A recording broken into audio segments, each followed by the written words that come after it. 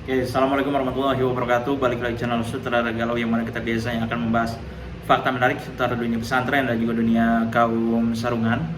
Yang mana di kesempatan kali ini kita baru balik lagi setelah dari awal Ramadan dan sampai pertengahan Syawal di sini. Kita ada kesibukan lain di luar dan akhirnya kita baru bisa bikin konten, dan alhamdulillah ini adalah konten perdana setelah di bulan Ramadan kemarin. Jadi agak mengagetkan juga, ada beberapa hal yang ingin komentari. Yang pertama yaitu adalah tentang hal yang terjadi di salah satu pesantren yang ada di Indramayu. Mungkin teman-teman semua tahu nama pesantrennya dan mungkin teman-teman semua tahu kasusnya seperti apa. Kita memandang ada salah satu cara atau ada beberapa cara pelaksanaan sholat id yang berbeda dengan hal-hal yang biasanya terjadi di kalangan masyarakat. Sebenarnya mereka bisa saja aman-aman aja, mereka itu bisa dengan syarat kalau mereka itu nggak ngeposting, kalau mereka itu nggak bikin streaming dan lain sebagainya tentang apa yang mereka lakukan di sana, dan itu pun aman-aman saja. Aman itu dalam artian tidak akan mendapatkan stigma yang sebagaimana di masyarakat terjadi pada saat ini. Tapi di salah satu berita, di salah satu channel berita yang ada di TV itu kan sampai mendatangkan salah satu narasumber, yaitu wakil ketua daripada Majelis Ulama Indonesia.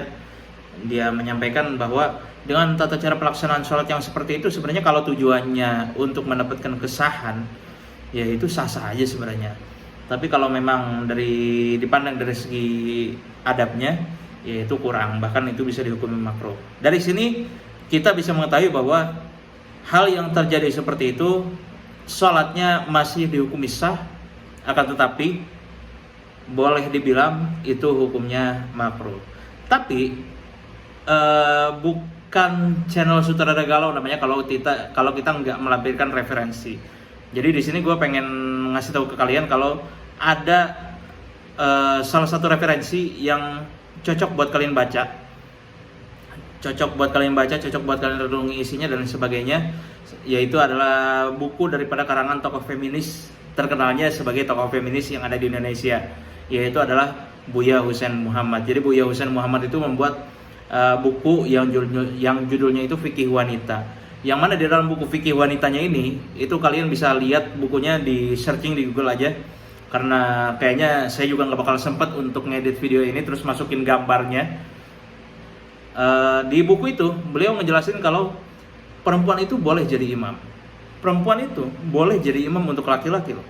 Bahkan beliau melampirkan beberapa hadis yang diriwayatkan oleh para sahabat mengenai kebolehannya seorang perempuan itu untuk menjadi imam gitu. Tapi yang namanya kalangan akademisi itu penolakannya itu nggak main-main.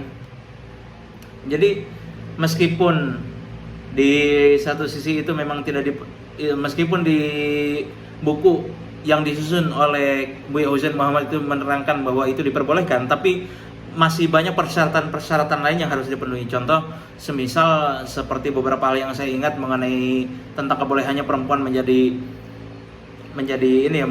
imam sholat bagi laki-laki, yaitu adalah itu hanya diperbolehkan dalam ruang lingkup keluarganya sendiri. Jadi kalau di luar itu memang tidak diperbolehkan. Tapi kalau untuk di dalam rumah nih, semisal seorang perempuan mengimami anak-anaknya sholat gitu, anak-anak kecil, anak-anak laki yang sudah bisa melaksanakan sholat, terus si perempuan itu jadi imamnya, itu boleh-boleh saja kalau menurut referensi di buku, dan itu menurut saya yang pahami, dalam tanda kutip menurut apa yang saya pahami.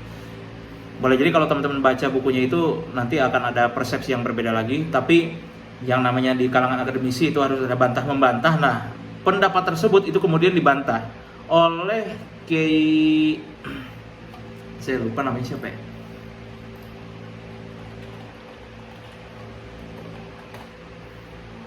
Kiai Ali Mustafa Yakub. Jadi Kiai Ali Mustafa Yakub itu bikin buku, judulnya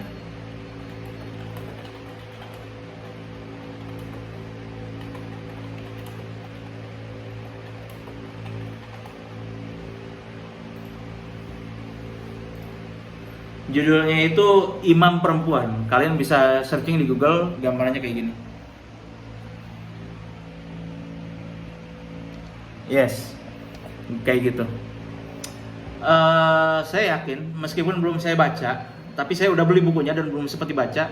Saya yakin di dalam bukunya ini pasti Kiai Ali Mustafa Yaakob di sini akan mengklarifikasi daripada hadis-hadis yang diriwayatkan oleh hadis-hadis yang dinukil oleh Buya Husain dalam bukunya. Karena beliau itu memang Kiai Ali Mustafa Yaakob itu memang adalah pakar hadis yang kita ketahui. Di Indonesia beliau adalah pakar hadis dan bahkan beliau juga pernah menjadi imam besar Masjid Istiqlal. Jadi wajar-wajar saja kalau memang beliau punya pendapat tersendiri atas hal yang terjadi atau atas pendapat daripada Buya Husain di dalam bukunya itu. Jadi yang namanya kalangan akademisi itu ternyata kalau mereka itu tidak saling setuju antara satu dengan yang lain, seseorang akademisi itu mengeluarkan karya berupa buku, maka dibantah lagi oleh buku yang lain. Tidak seperti kita yang kesehariannya itu hanya sekedar cuman ngedumel dalam hati mungkin, tapi kita malas buat cari referensinya dan lain sebagainya. Tapi meskipun begitu, ada perbedaan di antara kedua akademisi ini, kedua kiai ini. Sudah selayaknya kita sebagai pendengar ya cukup mendengarkan dengan bijaksana saja.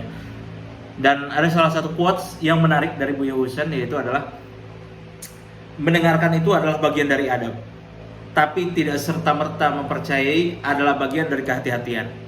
Ketika ada seseorang menjelaskan sesuatu, misal ada dosen menjelaskan sesuatu kepada mahasiswanya, nah kemudian mahasiswanya itu mendengarkan dengan baik, memperhatikan dengan baik, maka mendengarkan dan memperhatikan itu adalah bagian dari adab.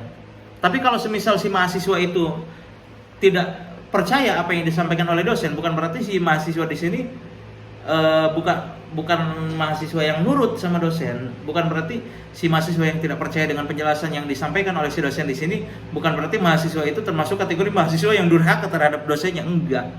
Karena kehati-hatian dengan adab itu ada dua hal yang berbeda, itu ada dua hal yang saling bersimpangan. Kita mendengarkan karena itu adalah bagian dari adab. Tapi kenapa kita tidak mempercayai apa yang mereka sampaikan? Itu adalah bagian dari kehati-hatian kita. Sama seperti hal yang disampaikan, sama seperti hal yang nanti kita baca di dalam bukunya Buya Husain, entah itu Fikih Wanita ataupun buku yang dikarang oleh Kiai Ali Mustafa Yaakob, yaitu berupa karya Imam Perempuan. Mari kita berusaha untuk lebih teliti lagi dalam menyikapinya, kita lebih bijak lagi dalam menyikapinya. Itu saya yang bisa disampaikan oleh Sutradara Galau konten perdana setelah lebaran kali ini. Wallahul muwaffiq ila aqwamit thoriq. Assalamualaikum warahmatullahi wabarakatuh.